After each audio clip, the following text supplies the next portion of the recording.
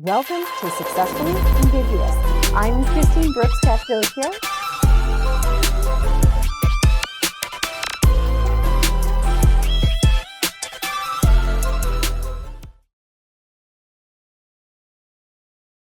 If we could just put our mind and switch it and think training is an investment. It's actually like if you were investing in new equipment or new tools or new software, or I mean, sports teams, you got to invest in the team culture.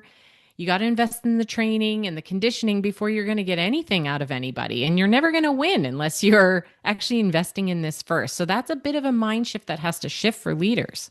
Well, exactly. And investing first and investing often. We have this weird sort of one and done mentality towards training and education in Canada, where it's something you do right out of high school and you're done. The world just doesn't work like that anymore. It doesn't work like that. Things are moving too fast and the needs of individuals are changing rapidly. And I think, we have to recognize we're dealing with a younger workforce. We're dealing with people who are used to overstimulation, no fault of their own. They're used to quick dopamine hits. They move really fast and they move from topic to topic, right? We're in this world where you're scrolling through 100 topics within half an hour on your TikTok feed or your YouTube feed. It's our brains are changing a little bit. Yep. And so, people crave learning. Clearly, the young people crave learning and growth and progression. Otherwise, they wouldn't be spending so much time consuming all this content.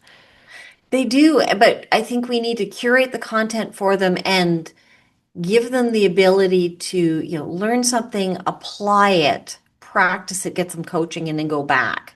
And that's something that's often missed in, you know, the traditional. It's one of the things I did my master's Mm, thesis on was it's often missed in a traditional approach to employee learning, where it's a one-off workshop, no assessment, no practical application, and you assume somebody is transformed by content.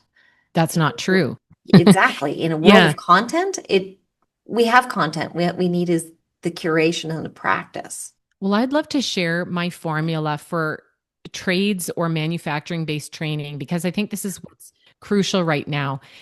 We all know that there's a 30% of the workforce retiring, right? We see that headline splashed all over the place. Boomers are making up 30% of the workforce and they're nearing retirement if not already there.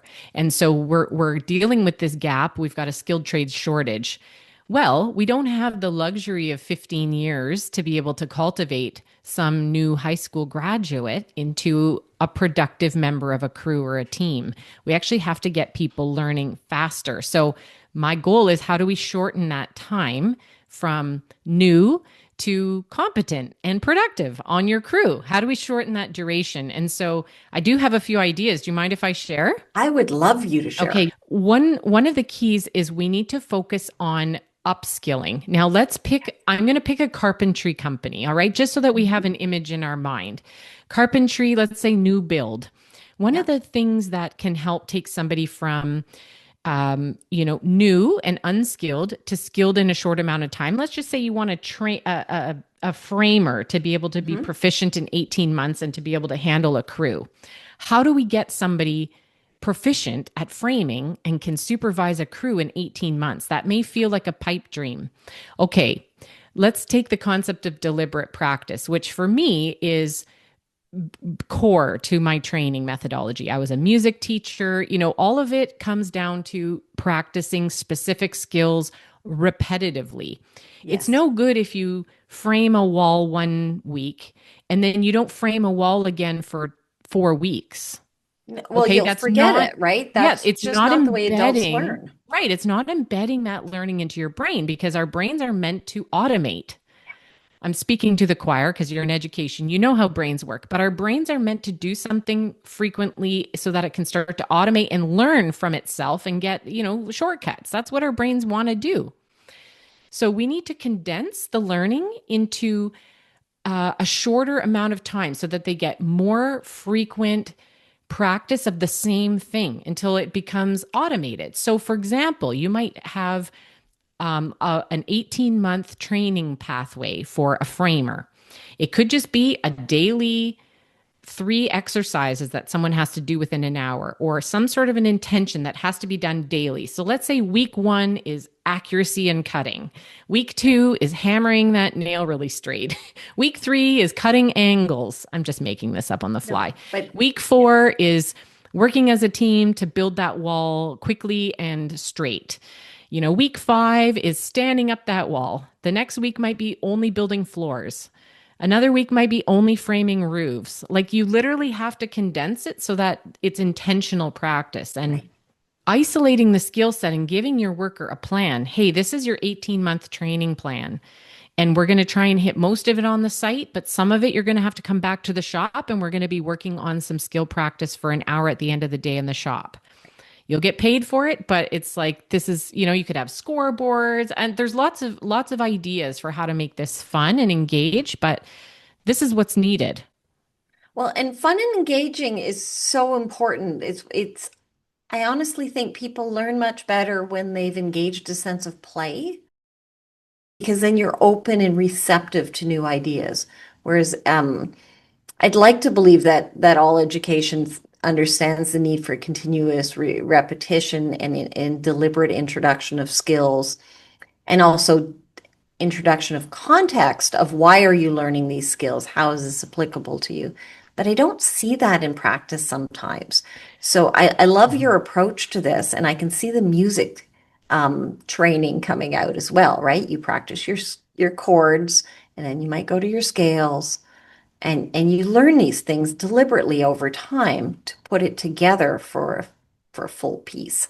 Exactly. You have to isolate it and break the skills down into something very specific. For example, in a shop, one of the great skills is using a belt sander. That's a tool. If you're in the trades, a belt sander. And, if you're on a belt sander for 4 days straight, only sanding, you're going to get really good at making a very nice, smooth, let's say you're sanding tabletops, or I don't know, whatever, laminated wood.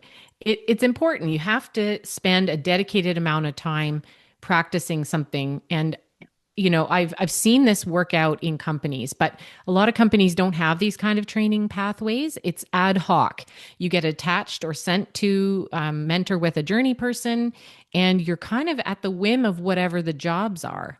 You're at the whim of whatever they're willing to teach you. It's not structured. And I'm arguing that we need to invest in a structured training approach. If you want to save, let's just say you want to take somebody from 4 years to competency down to 3 years, which you can do if you shrink it. You can condense that time with deliberate practice and a training plan. And that's a 25% gain on that person's productivity. Lack of competency costs money. Right? Yes. There's no matter what industry or sector you're in, unraveling a problem after the fact is always more expensive and more frustrating, and sometimes not repairable. It's not repairable. Absolutely. Well, you've given us such great advice for both our employer community and our worker community. Manja, I just want to thank you so much for being on the podcast today. Well, thank you. Thank you for joining me for this episode of Successfully Ambiguous. Be sure and subscribe to us on YouTube and listen to us on Apple and Spotify. If you've got career questions, be sure to email me at successfullyambiguous@yorku.ca. Don't forget, when opportunity knocks, be ready to answer.